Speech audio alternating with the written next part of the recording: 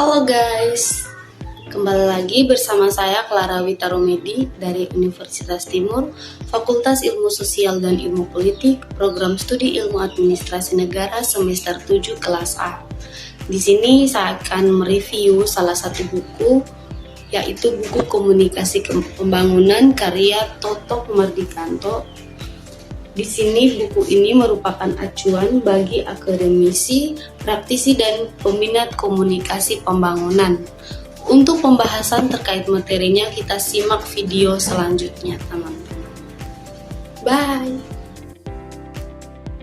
Istilah pembangunan yang biasa digunakan dalam bahasa Indonesia dewasa ini semakin berkembang sebagai terjemahan dari beragam istilah asing sehingga terkadang mengandung keracunan pengertian.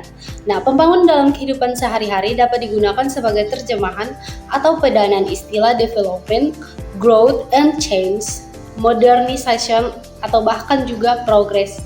Nah, pembangunan adalah suatu usaha atau proses perubahan demi tercapainya tingkat kesejahteraan atau mutu hidup suatu masyarakat atau individu-individu di dalamnya yang berkehendak dan melaksanakan pembangunan itu. Pembangunan sebagai perubahan terencana.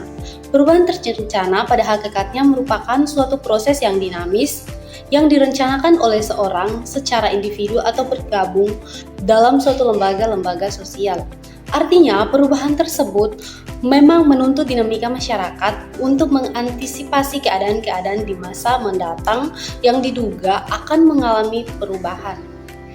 Melalui pengumpulan data, baik yang aktual maupun yang potensial, dan menganalisanya untuk kemudian merancang suatu tujuan-tujuan dan cara untuk mencapai tujuan-tujuan yang diinginkan di masa mendatang.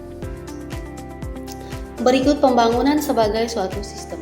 Rahim dalam Scrum dan Lemmer 1979 mengungkapkan bahwa di setiap proses pembangunan sebagai suatu sistem pada dasarnya terdapat dua kelompok atau subsistem perilaku pembangunan yang terdiri atas yang pertama, sekelompok kecil warga masyarakat yang merumuskan perencanaan dan kewajiban untuk mengorganisasi dan menggerakkan warga masyarakat yang lain untuk berpartisipasi dalam pembangunan. Yang kedua, masyarakat luas yang berpartisipasi dalam proses pembangunan baik dalam bentuk pemberian input seperti ide, biaya, tenaga, dan lain-lain, pelaksanaan kegiatan pemantauan dan pengawasan, serta pemanfaatan hasil-hasil pembangunan. Yang berikut, pembangunan sebagai suatu proses penerapan teknologi.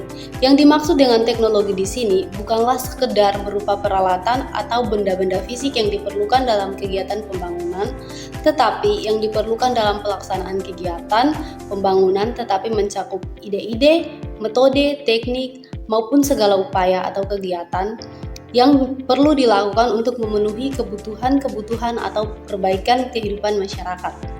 Berikut perkembangan paradigma pembangunan. Di dalam poin ini terdapat beberapa bagian. Yang pertama, strategi pertumbuhan. Kedua, pertumbuhan dan distribusi. Ketiga, teknologi tepat guna. Keempat, kebutuhan dasar. Kelima, paradigma ketergantungan. Keenam, pembangunan berkelanjutan. Ketujuh, pembangunan berbasis pada masyarakat. Dan yang terakhir, pemberdayaan dan pembangunan partisipasi. Guntur Kieslet pada tahun 1970 mengungkapkan bahwa komunikasi berasal dari bahasa Latin communicare yang berarti milik atau berlaku di mana-mana, dan communis opinion memiliki arti pendapat umum atau pendapat mayoritas.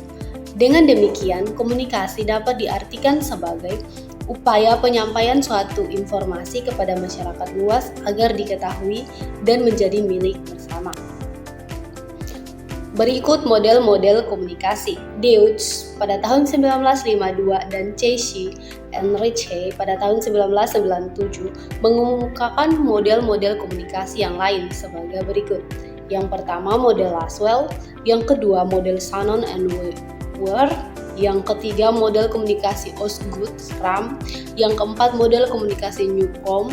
Yang kelima, model komunikasi Wesley McLean. Yang keenam, model komunikasi Werlo. Yang ketujuh, model komunikasi terpilih. Komunikasi untuk perubahan. Selaras dengan pernyataan Mills dalam Bertrand pada tahun 1974, halaman 14 mengemukakan adanya 4 peranan komunikasi di dalam proses pembangunan yang meliputi: yang pertama, penyadaran atau penerakan atau menunjukkan kepada segenap masyarakat tentang jati diri mereka dan keadaan yang sedang dihadapi, termasuk A. Kekuatan-kekuatan atau energi potensial yang dimiliki, B. Kelemahan atau kendala, C. Peluang-peluang yang masih terbuka. Yang kedua, memberikan aspirasi baru terhadap warga masyarakat, baik yang menyangkut adanya kebutuhan-kebutuhan baru yang sudah menjadi kebutuhan masyarakat yang lebih maju. Yang ketiga, menunjukkan alternatif atau teknik-teknik baru. Yang keempat, menerangkan atau memilih alternatif yang dirasakan paling tepat oleh masyarakat untuk melepaskan diri dari masalah-masalah yang dihadapi. Berikut proses perubahan dalam komunikasi.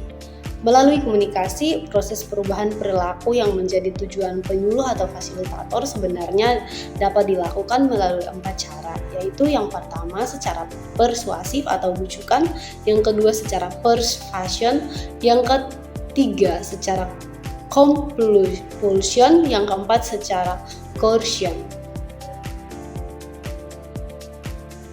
Komunikasi pembangunan menurut sejarahnya dikembangkan setelah Perang Dunia Kedua di Asia Afrika, di Amerika Latin yang mengalami pertentangan menghadapi kemiskinan, buta huruf, rendahnya kesehatan, rendahnya keadaan ekonomi masyarakatnya, politik, dan infrastruktur.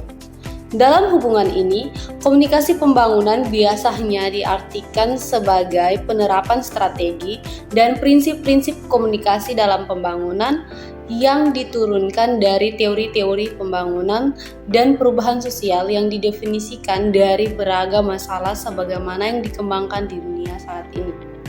Berikut komunikasi pembangunan sebagai variabel pembangunan. Sebagai variabel antara kegiatan komunikasi berperan sebagai yang pertama, distribusi informasi atau inovasi baik dari sumber peneliti, pusat informasi, penentu kebijakan, produsen, pemasaran, dan lain-lain. Yang kedua, pemecahan masalah. Yang ketiga, pengambilan keputusan. Tujuan komunikasi pembangunan.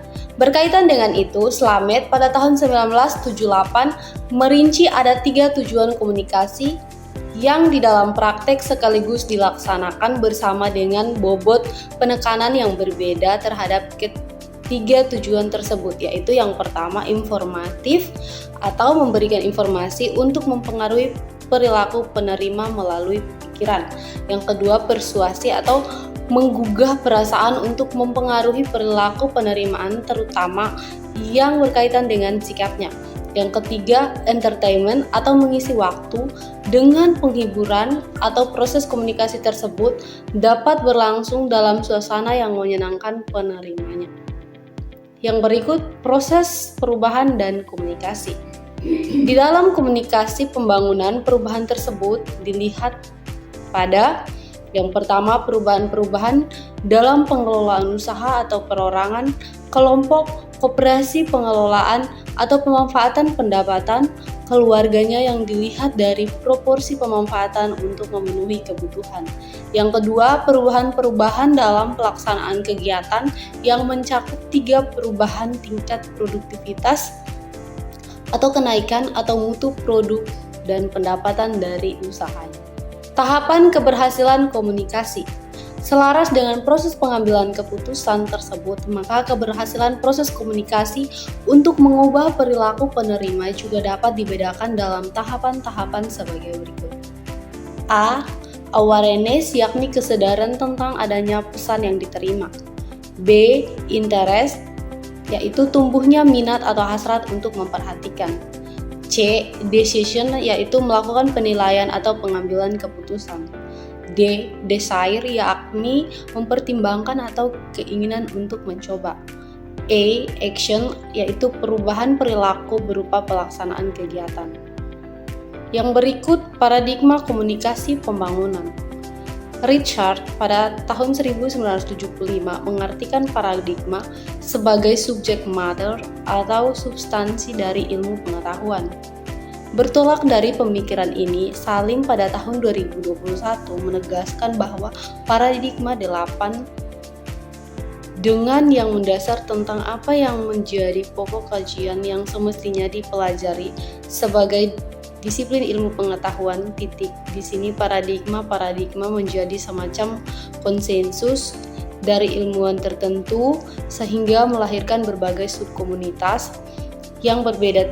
Dengan kata lain, paradigma dapat diartikan sebagai pola pikir yang dijadikan landasan pemahaman terhadap suatu objek atau gejala atau fenomena tertentu yang dapat dipelajari. Pertama, fasilitator. Fasilitator adalah pekerja profesional sebagai pelaksana program kegiatan demi keberhasilan dan atau tercapainya tujuan-tujuan komunikasi pembangunan.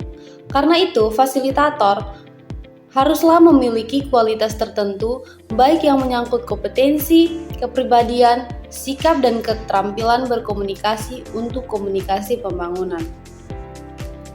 Yang berikut ragam fasilitator. Berdasarkan status dan lembaga tempatnya bekerja, fasilitator dibedakan dalam Undang-Undang Nomor 16 Tahun 2006. Yang pertama, pegawai negeri sipil atau PNS. Yang kedua, fasilitator swasta. Yang ketiga, fasilitator swadaya. Berikut peran fasilitator. Secara konvensional, peran fasilitator hanya dibatasi pada kewajibannya untuk menyampaikan inovasi dan atau mempengaruhi penerima manfaat melalui metode dan teknik-teknik tertentu sampai mereka, dalam hal ini penerima manfaat, dengan kesadaran dan kemampuannya sendiri secara sukarela melaksanakan program atau kegiatan dan atau mengadopsi inovasi yang disampaikan. Tetapi, dalam perkembangannya, peran fasilitator tidak hanya terbatas pada fungsi menyampaikan inovasi dan mempengaruhi proses pengambilan keputusan yang dilakukan oleh penerima manfaatnya, tetapi harus mampu mengorganisasi, memotivasi, dan menggerakkan, termasuk juga melakukan peran bantuan dan advokasi kebijakan yang diperlukan penerima manfaatnya. Fasilitator juga harus mampu menjadi jembatan penghubung antara penerima manfaat atau penyelenggara. Kanto tahun 2003 menyampaikan beragam peran fasilitator komunikasi pembangunan yang disebutnya sebagai advokasi, yaitu akronim dari yang pertama peran edukasi, yang kedua peran diseminasi inovasi, yang ketiga peran fasilitas, yang keempat peran konsultasi, yang kelima peran advokasi, yang keenam peran supervisi, dan yang ketujuh peran pemanfaatan, monitoring, dan evaluasi. Yang berikut kunci keberhasilan fasilitator. Rogers pada tahun 1983 mengemukakan ada 4 hal yang sangat menentukan keberhasilan seorang fasilitator, yaitu yang pertama, kemampuan dan kemauan fasilitator untuk menjalin hubungan secara langsung maupun tak langsung melalui tokoh-tokoh masyarakat, pemuka pendapat, lembaga swadaya masyarakat, dan masyarakat penerima manfaatnya. Yang kedua, kemauan dan kemampuan fasilitator untuk menjadi perantara antara sumber-sumber inovasi, lembaga penelitian atau keilmuan, tokoh masyarakat, dan pedagang atau konsumen dengan pemeran atau lembaga komunikasi pembangunan dan masyarakat petani penerima manfaatnya. Yang ketiga, kemampuan dan kemauan untuk menjadi perantara. Dan yang terakhir, kemauan dan kemampuan fasilitator untuk menyampaikan kegiatan-kegiatan yang dilakukannya dengan kebutuhan-kebutuhan yang dapat dirasakan oleh penerima, pemerintah atau lembaga komunikasi pembangunan dan masyarakat penerima manfaat. Yang pertama, pengertian penerima manfaat. Dalam banyak kepustakaan komunikasi pembangunan selalu disebut adanya penerima masyarakat kelas bawah, kelompok akar rumput atau grassroots, atau kelompok masyarakat yang terjaminkan. Pengertian itu telah menempatkan masyarakat dalam kedudukan yang lebih rendah dibanding para penentu kebijakan pembangunan, para fasilitator komunikasi pembangunan, dan pemangku kepentingan pembangunan yang lainnya. Karena itu, Mardikanto pada tahun 1996 telah mengganti istilah sasaran menjadi penerima manfaat atau beneficiaries yang dapat diartikan sebagai individu atau kelompok masyarakat tertentu. Yang berikut atau yang kedua, ragam penerima manfaat. Penerima manfaat komunikasi pembangunan dapat dibedakan dalam beberapa poin. Yang pertama, pelaku utama yang terdiri dari warga masyarakat dan keluarganya. Yang kedua, kelompok penentu yang terdiri dari aparat birokrasi pemerintah seperti eksekutif, legislatif, dan yudikatif sebagai perencana, pelaksana, dan pengendali kebijakan pembangunan. Yang ketiga, kelompok pendukung yang terdiri dari stakeholder seperti pemangku kepentingan yang lain yang mendukung memperlancar kegiatan pembangunan pertanian. Yang pertama, pengertian inovasi. Rogers dan Shoemaker pada tahun 1971 mengartikan inovasi sebagai ide-ide baru, praktek-praktek baru, atau objek-objek yang dapat dirasakan sebagai sesuatu yang baru oleh individu atau masyarakat sasaran penyuluhan. Yang kedua, ragam inovasi. Selaras dengan pengertian tentang inovasi tersebut, Rahim pada tahun 1971 membedakan ada dua macam tipe pesan, yaitu pesan ideologi dan pesan informatif. Yang pertama, pesan ideologis ialah konsep dasar yang melandasi dan dijadikan alasan untuk melaksanakan perubahan-perubahan atau pembangunan yang dirancangkan demi terwujudnya perbaikan mutu hidup. Yang kedua, peran inovatif ialah segala bentuk informasi yang berkaitan dengan dan bergantung pada pesan ideologinya. Yang ketiga, karakter dari inovasi. Ditinjau dari karakteristiknya, Mardikanto dan Sutami pada tahun 1985 membedakan adanya tiga macam materi komunikasi pembangunan. Yang pertama, ada materi tentang pemecahan masalah yang sedang dan akan dihadapi. Yang kedua, materi tentang petunjuk dan atau rekomendasi yang harus dilaksanakan. Dan yang terakhir, materi yang bersifat instrumental berbeda. Lebih lanjut, dari karakteristik inovasinya dapat dibedakan dalam karakter intrinsik, yaitu yang melekat pada inovasinya sendiri, maupun karakter ekstrinsik yang dipengaruhi oleh keadaan lingkungan. Yang berikut sumber inovasi. Dari beragam sumber materi tersebut dapat dikelompokkan yang pertama sumber resmi dan instansi pemerintah yang berasal dari A. Departemen atau dinas-dinas terkait, B. Lembaga penelitian atau pengembangan, C. Pusat-pusat kajian, D. Pusat-pusat informasi. Pengujian lokal yang dilakukan oleh fasilitator yang berstatus pegawai negeri. 2. Sumber resmi dari lembaga-lembaga swasta atau lembaga swadaya masyarakat yang khusus bergerak di bidang penelitian, pengkajian, dan penyebaran informasi.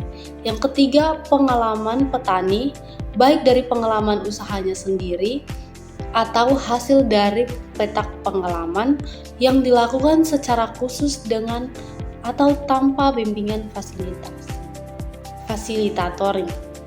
Yang keempat, sumber lain yang dapat dipercaya, misalnya informasi pasar dan para pedagang atau perguruan tinggi. Yang kelima, publikasi seperti buku, jurnal, teks, media-media itu seperti majalah, surat kabar, tabloid, internet, dan lain-lain. Pengertian saluran komunikasi. Menurut Rogers, pada tahun 1983, saluran komunikasi sebagai sesuatu yang dimanfaatkan sumber maupun penerima untuk menyalurkan atau menyampaikan pesan-pesannya, atau dengan kata lain, saluran komunikasi adalah alat atau media yang dapat dimanfaatkan oleh individu-individu atau kelompok atau organisasi yang berkomunikasi untuk menyampaikan pesan atau message kepada mereka. Yang berikut, ragam saluran komunikasi. Itu ada dua macam, saluran antar pribadi dan saluran media massa. Yang berikut forum media pilihan penggunaan media. Orang fasilitator dalam praktek komunikasi pembangunan harus mampu mengidentifikasi sekaligus memilih saluran atau media yang efektif. Di sini artinya di satu pihak disuka penerima manfaatnya dan di lain pihak harus mampu dan terampil menggunakan atau mengoperasikannya model penyebaran informasi. Yang pertama, model jarum hipodermis, yang kedua model komunikasi satu tahap, yang ketiga model komunikasi dua tahap, yang keempat model komunikasi banyak tahap.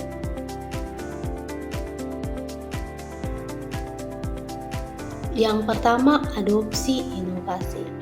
Pengertian adopsi sebagai proses penerima inovasi atau perubahan perilaku yang baik berupa pengetahuan kognitif, sikap atau efektif, maupun keterampilan atau psikomotorik pada diri seseorang setelah menerima inovasi yang disampaikan fasilitator oleh masyarakat penerima manfaatnya. Tahapan adopsi menurut Rogers pada tahun 1961, 1969, dan 1983 adalah sebagai berikut. Yang pertama ada awareness atau kesadaran, yaitu penerima manfaat mulai dari sadar tentang adanya inovasi yang ditawarkan oleh fasilitator. Yang kedua ada interest atau tumbuhnya minat yang seringkali ditandai oleh keinginan untuk bertanya dan atau untuk mengetahui lebih banyak atau jauh tentang segala sesuatu yang berkaitan dengan inovasi yang ditawarkan oleh fasilitator. Yang berikut ada evaluation atau penilaian terhadap baik atau buruk manfaat inovasi yang telah diketahui informasinya secara lebih lengkap. Yang berikut ada trial atau mencoba dalam skala kecil untuk lebih meyakinkan penilaiannya. Yang berikut ada adoption atau menerima atau menerapkan dengan penuh keyakinan berdasarkan penilaian dan atau uji coba terkait dilakukan atau diamati sendiri. Ukuran adopsi inovasi. Totok Mardikanto pada tahun 1994 mengukur tingkat adopsi dengan 3 tolak ukur, yaitu kecepatan atau selang waktu antara diterimanya informasi dan penerapan yang dilakukan, luas penerapan inovasi atau proporsi luas lahan yang telah diberi inovasi baru, serta mutu insentif kasih dengan membandingkan penerapan dengan rekomendasi yang disampaikan oleh fasilitatornya. Berikut ada faktor-faktor yang mempengaruhi kecepatan adopsi. Yang pertama, sifat-sifat dan karakteristik inovasi. Yang kedua, sifat-sifat atau karakter calon pengguna. Yang ketiga, pengambilan keputusan adopsi. Yang keempat, kualifikasi fasilitator. Dan yang kelima, saluran atau media yang digunakan. Berikut difusi inovasi dalam komunikasi pembangunan. Setiap fasilitator diharapkan dapat mempercepat proses adopsi atau difusi inovasi melalui: yang pertama, melakukan diagnosa terhadap masalah-masalah masyarakatnya serta kebutuhan-kebutuhan nyata. Yang kedua, membuat masyarakat penerima manfaat menjadi tidak puas dengan kondisi yang dialaminya dengan cara menunjukkan kelemahan-kelemahan mereka atau masalah-masalah mereka. Yang ketiga, menjalin hubungan yang erat dengan masyarakat penerima manfaat. Yang keempat, mendukung dan membantu masyarakat penerima manfaat. Yang kelima, memantapkan hubungan dengan masyarakat dan pada akhirnya melepaskan masyarakat untuk berswakarsa dan berswadaya melakukan perubahan-perubahan. Pengertian partisipasi. Secara umum, partisipasi sendiri adalah keikutsertaan seseorang atau sekelompok anggota masyarakat dalam suatu kegiatan. Menurut Bornby, pada tahun 1974 mengartikan partisipasi sebagai tindakan untuk mengambil bagian, yaitu kegiatan atau pernyataan untuk mengambil bagian dari kegiatan dengan maksud memperoleh manfaat. Karakteristik dari proses partisipasi ini adalah semakin mantapnya jaringan sosial yang baru, yang membentuk suatu jaringan sosial bagi terwujudnya suatu kegiatan untuk mencapai suatu tujuan tertentu yang diinginkan. Berikut lingkup partisipasi masyarakat dalam pembangunan. Itu ada 3. Yang pertama itu partisipasi dalam pengambilan keputusan dan perencanaan kegiatan. Yang kedua, partisipasi dalam pelaksanaan kegiatan. Dan yang ketiga adalah partisipasi dalam pemantauan dan evaluasi. Yang berikut syarat tumbuhnya partisipasi. Slamet pada tahun 1985 menyatakan bahwa tumbuh dan kembangnya partisipasi masyarakat dalam pembangunan sangat ditentukan oleh 3 unsur, yaitu yang pertama adanya kesempatan yang diberikan kepada masyarakat untuk berpartisipasi. Yang kedua adanya kemauan masyarakat untuk berpartisipasi. Dan yang ketiga adanya kemauan masyarakat untuk berpartisipasi. Yang berikut komunikasi pembangunan untuk pengembangan partisipasi masyarakat. A. Menumbuhkan kesadaran masyarakat untuk berpartisipasi. B. Menginformasikan tentang adanya kesempatan bagi masyarakat untuk berpartisipasi. C. Menunjukkan dan meningkatkan kemampuan masyarakat untuk berpartisipasi. D. Menggerakkan kemauan masyarakat untuk berpartisipasi. Yang pertama, paradigma komunikasi. Terkait dengan hal tersebut, Bestot pada tahun 2000 mengemukakan 3 paradigma komunikasi pembangunan sebagai berikut. Yang pertama ada intervensi asing, yang kedua ada pembangunan partisipasi, dan yang ketiga adalah pembangunan berbasis pemberdayaan. Berikut hambatan dan gangguan. Komunikasi pembangunan seperti halnya praktek komunikasi pada umumnya juga menghadapi hambatan atau gangguan atau barir, baik yang berupa A. Noises atau gaung pada saluran elektronik dan multimedia. B. Hambatan sosial atau psikologi pada komunikasi antar pribadi. C. Karakter masing-masing individu yang berkomunikasi. Berikut kesalahpahaman dalam komunikasi antar manusia. Schneider pada tahun 1979 dan Taolan pada tahun 1991 mengemukakan bahwa banyak kalangan akademisi menyatakan bahwa komunikasi adalah sesuatu yang mudah. Hal ini tidak mengherankan karena mereka tidak sadar bahwa banyak komunikasi yang dilakukan oleh masyarakat pada umumnya sebenarnya tidak efektif. Ini semua terjadi karena banyak dijumpai miskonsepsi dalam komunikasi antar manusia. Yang pertama, makna dalam kata-kata. Yang kedua, komunikasi adalah proses verbal. Yang ketiga, berkata-kata sama dengan berkomunikasi. Yang keempat, komunikasi akan menyelesaikan semua masalah. Yang kelima, komunikasi adalah sesuatu yang baik. Yang keenam, semakin banyak berkomunikasi semakin lebih baik. Yang ketujuh, komunikasi antar manusia dapat dihentikan. Yang kedelapan, komunikasi antar manusia adalah kemampuan alami. Yang kesembilan, komunikasi antar manusia sama dengan komunikasi yang akrab. Yang ke-10, kompetensi komunikasi sama dengan keefektifan komunikasi. Yang pertama, pendekatan komunikasi pembangunan.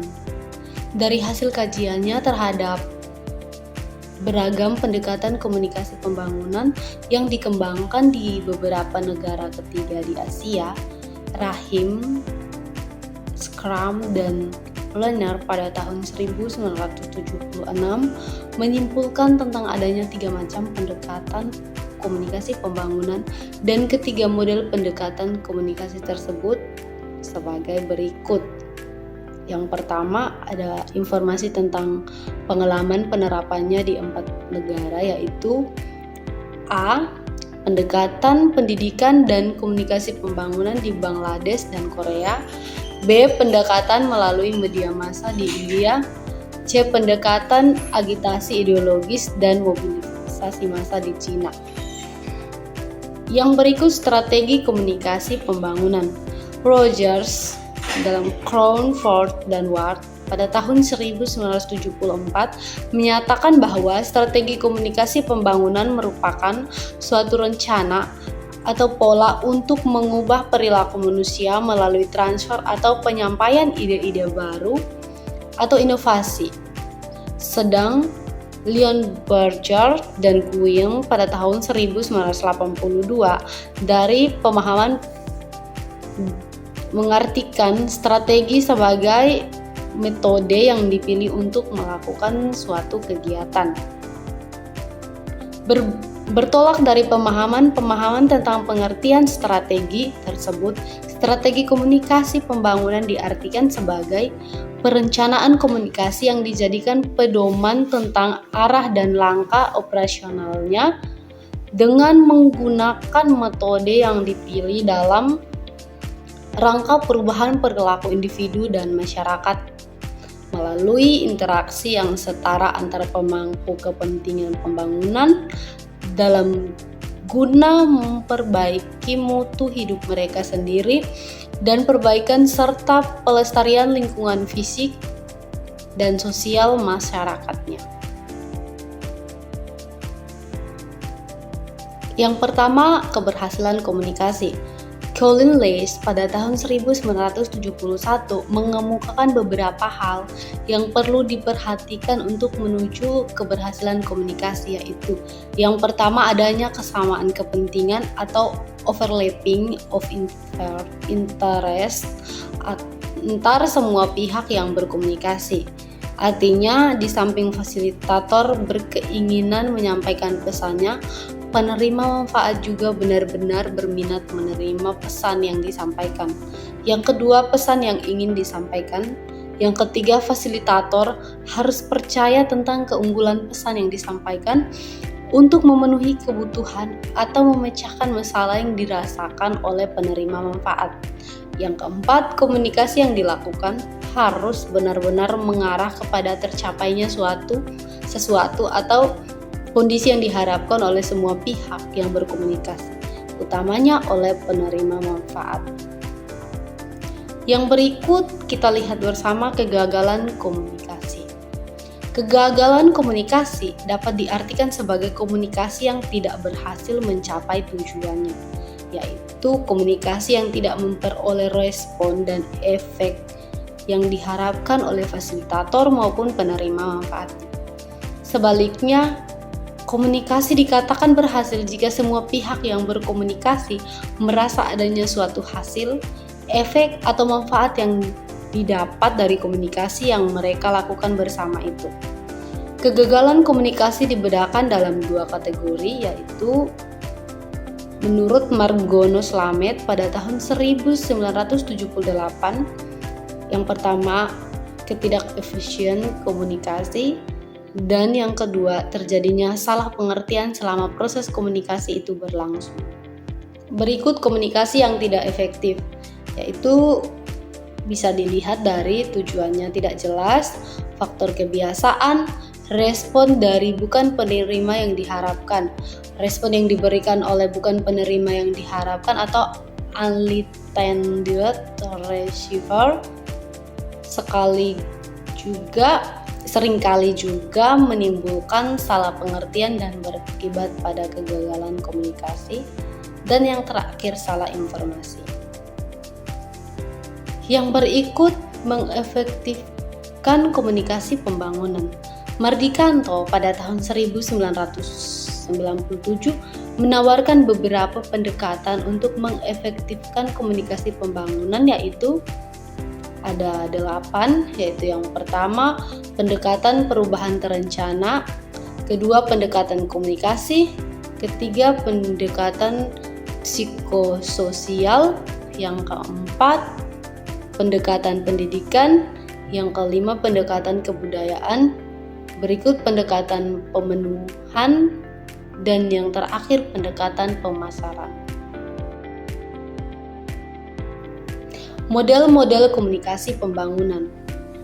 Bassett tahun 2000 mengungkapkan ada dua kecenderungan besar dalam komunikasi pembangunan, yaitu pendekatan skala besar dengan menggunakan media massa dan pendekatan komunikasi masyarakat untuk mendukung kelompok akar rumput yang menggunakan media kecil. Model komunikasi yang pertama ini dicirikan sebagai proses diseminasi dan difusi pengetahuan dan teknologi. Model ini mengacu kepada teori modernisasi. Model ini memperoleh kritik dari beberapa pihak, utamanya yang menyangkut kesenjangan antara pemilik lahan yang terbuka terhadap teknologi baru dengan penerima manfaat yang miskin atau biasa disebut buta huruf. Model kedua dicirikan sebagai proses komunikasi yang mengartikan pembangunan sebagai proses global di mana masyarakat sendiri yang bertanggung jawab. Pembangunan bukanlah sesuatu yang berasal dari luar, tetapi merupakan proses perubahan sosial yang dilakukan oleh masyarakat sendiri. Itu menurut Rogers pada tahun 1976. Berikut model komunikasi dengan partisipasi sosial yang aktif. Contreras pada tahun 1980 menyatakan bahwa untuk memahami potensi komunikasi harus berangkat dari pengujian yang serius terhadap konteks sosial di mana komunikasi akan dilakukan. Itu yang pertama. Somavia pada tahun 1977 merangkum komponen esensial yang terdiri dari komunikasi itu merupakan kebutuhan manusia. Berikut komunikasi adalah aturan yang didelegasikan. Berikut komunikasi merupakan mata dan liberalisasi. Dan yang terakhir, tugas komunikasi menyangkut aturan dan kewajiban. Berikut kesenjangan pemanfaatan media. Meskipun media massa bertujuan untuk meratakan informasi dalam prakteknya, telah terjadi kesenjangan tidak saja antar masyarakat perkotaan dan pedesaan, tetapi juga kesenjangan antar kelompok masyarakat kelas menengah ke atas dan kelas menengah di bawah atau di pedesaan. Hasil kajian Shore pada tahun 1978 menunjukkan sekitar 20% masyarakat kelas bawah di pedesaan tidak mampu menjangkau media massa. Meskipun TV dipandang sebagai media kelompok elit di pedesaan, media radio pun ternyata tidak menjamin efektivitas komunikasi pembangunan. Oleh karena itu, masyarakat lapis bawah kurang berminat dengan informasi pendidikan dan kebijakan dan lebih menyukai acara hiburan. Berikut peran komunikasi dalam pembangunan. Contreras pada tahun 1979 menyatakan bahwa dalam komunikasi pembangunan, hal yang lebih penting harus diperhatikan adalah potensi komunikasi dalam konteks sosialnya dibandingkan pengoperasian komunikasinya. Karena itu, sebelum melakukan komunikasi pembangunan, sebaiknya dilakukan uji lingkungan, baik lingkungan mikro maupun makro dari sistem sosialnya. Lebih lanjut, komunikasi pembangunan itu tidak hanya dilihat dari sudut pandang monodisiplin komunikasi, tetapi perlu analisis multidisiplin dan interdisiplin seperti pendidikan, psikososial, ekonomi, dan lain sebagainya. Berkaitan dengan tantangan yang dihadapi oleh kegiatan komunikasi pembangunan, Fedor et al. Pada tahun 1999 mengidentifikasi adanya 8 tantangan generik yang sedang dihadapi komunikasi pembangunan. Yang pertama, skala dan komplikasi dari tugas komunikasi pembangunan. Yang kedua, ketergantungan terhadap kebijakan pemerintah dan fungsi lembaga-lembaga lainnya. Yang ketiga, ketidakmampuan untuk menelusuri hubungan penyebab dan akibat yang ditimbulkan oleh kegiatan komunikasi pembangunan. yang berikut komitmen dan dukungan politisi terutama pada kondisi seringnya terjadi pergantian kekuasaan. Berikut akuntabilitas yang menyangkut kinerja komunikasi pembangunan. Yang berikut kelayakan sebagai lembaga layanan pengetahuan. Marsh dan Panel pada tahun 1999 mengungkapkan adanya 4 masalah yang akan dihadapi di awal abad 21 ini, yaitu ada kemampuan penelitian dan aliran informasi yang dihasilkan, ada efisien dan keberlanjutan setiap pembaharuan organisasi dan rancangan yang disiapkan, ada kesalahan pasar dan informasi tentang sifat produk yang dihasilkan, ada metode komunikasi pembangunan di ahli teknologi. Kemandirian komunikasi pembangunan oleh masyarakat. Sejarah mencatat bahwa pelaksanaan komunikasi pembangunan di Indonesia sejak zaman penjajahan Hindia Belanda selalu didominasi oleh pemerintah. Hal ini terlihat pada pelaksanaan komunikasi pembangunan yang dilakukan oleh praja, pamong praja, aparat departemen atau dinas, dan terakhir oleh fasilitator dengan status pegawai negeri sipil. Yang terakhir, komunikasi pembangunan di masa depan. Di masa mendatang, kegiatan komunikasi pembangunan akan menghadapi tantangan-tantangan terutama yang diakibatkan oleh pertumbuhan populasi penduduk di tengah-tengah semakin sempitnya lahan pertanian, sehingga usaha tani harus semakin mengkhususkan diri serta meningkatkan efisiensinya. Di masa depan, kekuatan dan perubahan komunikasi pembangunan akan selalu terkait dengan keempat hal yang akan dikemukakan berikut ini menurut Rivera dan Gustafsson pada tahun 1991. Yang pertama ada iklim ekonomi dan politik, yang kedua ada konteks sosial di wilayah pedesaan, yang ketiga sistem pengetahuan, dan yang terakhir adalah teknologi informasi.